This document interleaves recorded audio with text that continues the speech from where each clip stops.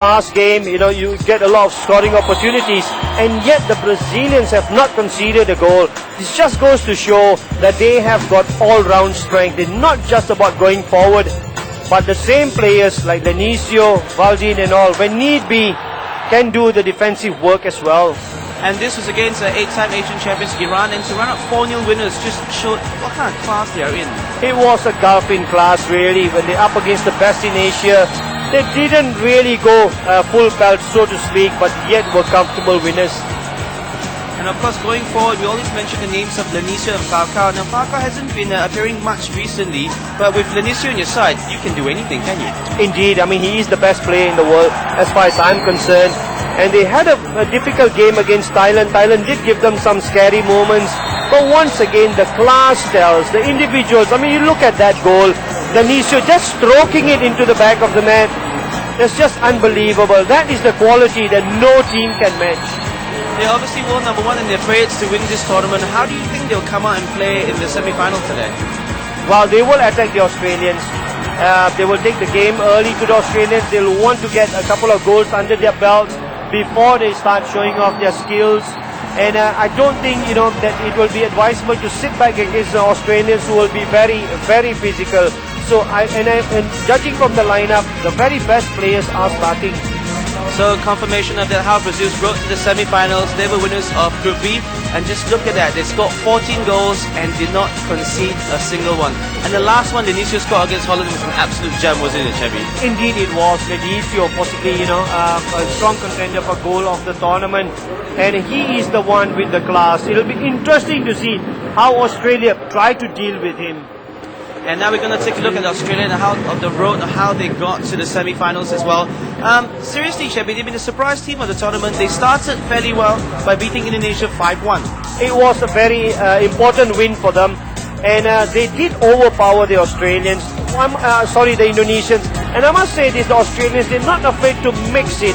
I know this is a game of futsal, but sometimes they do, I would say, test the referee's patience with some of their physical approach, but it has stood them in good stead, and I do expect that to continue. It was a whitewash of Indonesia in the opening game. And just like the 11th side game, the Australian, they have a huge physical presence about them, and they always try to use that to their advantage, don't they, Chevy? They do that. I mean, they're very aggressive in one-on-one. They're very aggressive in protecting the ball. They're very aggressive, when they are attacking as well. And that is what you need to do. If you have that traditional strength, make use of it. But I can tell you, there are some very, very quick-footed players in that team. And what are some of the players that we should be looking out for in the semi-finals for the green and gold of Australia? You've got to look out for Giovanelli, the number 4. He is a fantastic player. Lachlan Wright, the captain, again, is somebody who really impresses me. And number 5, Keith, is another one. Gets among the goals as well. And then this was on day 3. It was another comprehensive and easy victory over the host nations, Malaysia. The gulf in class for this match was also very, very apparent. Just physically, Malaysians were inferior, and also skill-wise. Oh yeah, I mean, in every sense of the word, Malaysia were inferior to Australia. And Australia, I mean, there's a spring about them. They're very lively on the pitch. They cheer up each other a lot. There's a fantastic team spirit going for them, and that is again another strength of theirs, the team spirit that they display. Well, like we saw in the last match against Argentina, they used their physical side and their prowess to their advantage. Do you see them doing more of this against Brazil as well? The only way to stop the Brazilians will be to upset them. And I'm not talking about upsetting their rhythm. I'm talking about physically upsetting them, irritating them. There will be a lot of niggly things happening out there, because if you allow Brazil to get into their stride, they will hammer any team in the world. So I do expect Australia to come out with similar tactics as they employed against the Argentinians. And also, Australia has got a solid goalkeeper in status, isn't it? He is again up there with the best goalkeepers in this tournament, and that gives them a lot of strength, knowing that there's a safe pair of hands behind them, allows them to get forward a little bit more. And now, based on their performance in Group A, coming through as the runners-up, we know that all the other teams have seen them, and they will not underestimate them. Maybe not even Brazil. No, they will not. I don't think, after that performance against Argentina, They have earned respect. And I can tell you that if there is any team goes into the game against Australia not respecting them, will be in deep trouble. This, I think, is the turning point in futsal in Australia. That performance against the Argentinians, and I can just see now before the game against Brazil, there's a confidence just oozing out of the players.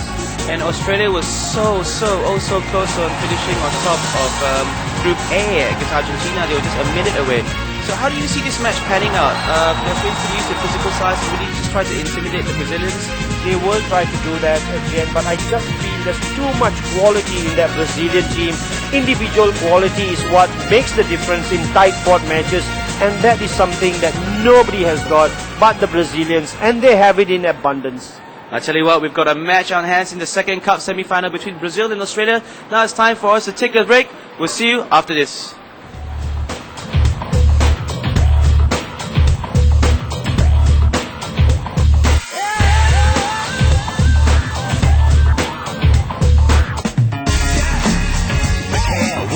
Futsal is presented by Prince Hotel and Residence.